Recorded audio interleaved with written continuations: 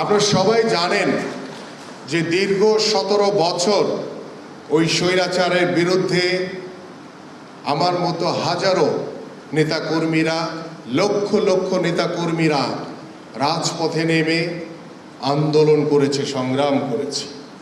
ওই স্বৈরাচারের বিরুদ্ধে আন্দোলন করতে গিয়ে বহুবার জেল খেটেছি আমরা। আমাদের বয়োজ্যেষ্ঠ যারা সিনিয়র নেতৃবৃন্দ রয়েছেন তারাও কিন্তু বারবার জেল খেটেছেন। এবং এই দীর্ঘ 17 বছরে আমরা দেখেছি অনেক ভাইরা আমাদের এই পৃথিবীর মায়া ছেড়ে চলে গেছে। আমাদের অনেক ভাইদেরকে গুম করা হয়েছে, অনেকে এখনো পঙ্গুত্ব বরণ করে অসহায় জীবন যাপন করছে।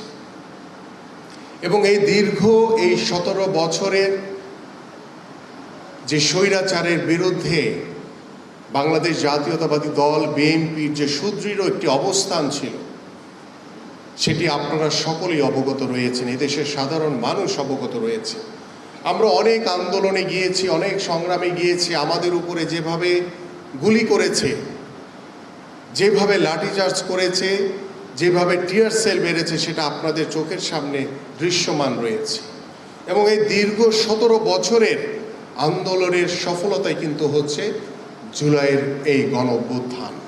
এবং সেই গণ-অভ্যুত্থানে আমাদের ছাত্র জনতা, এদেশের সাধারণ মানুষ সেই আন্দোলনে অংশগ্রহণ করে আমরা ওই 5ই আগস্ট ওই স্বৈরাচার শেখ হাসিনাকে পালাতে বাধ্য করেছি।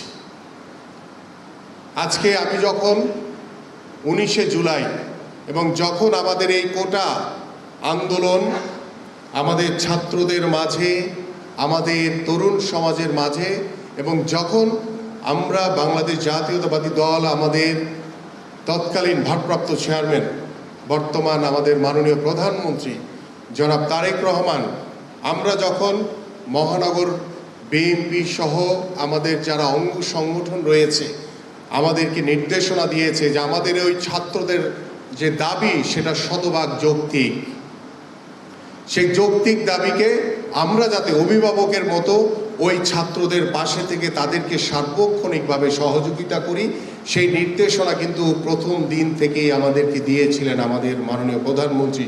আমি সেই 1 জুলাইয়ের কথা বলছি।